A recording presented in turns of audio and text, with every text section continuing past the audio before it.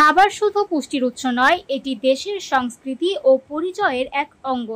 নিরাপদ খাদ্য হচ্ছে শক্তিশালী জাতির গঠনের ভিত্তি।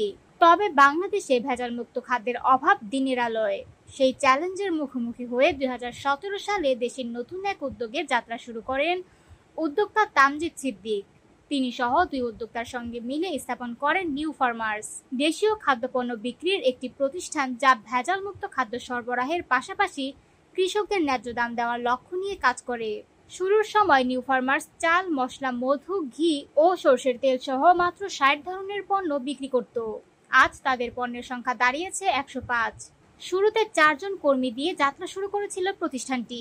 এখন ৬৫ জন কর্মী এই ব্যবসাকে এগিয়ে নিয়ে যাচ্ছেন।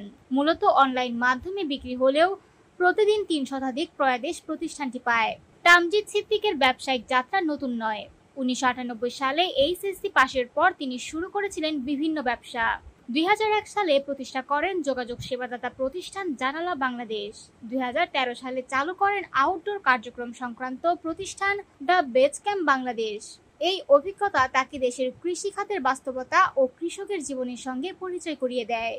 তাদের মূল লক্ষ্য কৃষক ও ভোক্তাদের জন্য নতুন ধারা তৈরি করা। কৃষকরা যেন তাদের পণ্যের সঠিক মূল্য পান, আর ভোক্তারা ভেজালমুক্ত পণ্য খেতে পারেন। পরিবেশ বান্ধব প্যাকেজিং, কাগজ ও কাঁচের ব্যবহার, এমনকি গ্রিন কার্ড সুবিধা, এগুলো সবই নিউ ফার্মার্সকে বিশেষ করে তুলেছে। বর্তমানে ৯ জেলার ১,০০০-এর বেশি কৃষকের সঙ্গে প্রত্যক্ষ ও পরোক্ষভাবে ব্যবসা করছে নিউ ফার্মার্স। প্রাথমিক ১ কোটি টাকা বিনিয়োগ থেকে আজ মোট বিনিয়োগ দাঁড়িয়েছে ৩ কোটি টাকা। দেশের সুপারশপ সহ খুচরা বাজারেও তারা পণ্য সরবরাহ করছে। পাশাপাশি ইউরোপ ও মধ্যপ্রাচ্যে রপ্তানির পরিকল্পনা রয়েছে।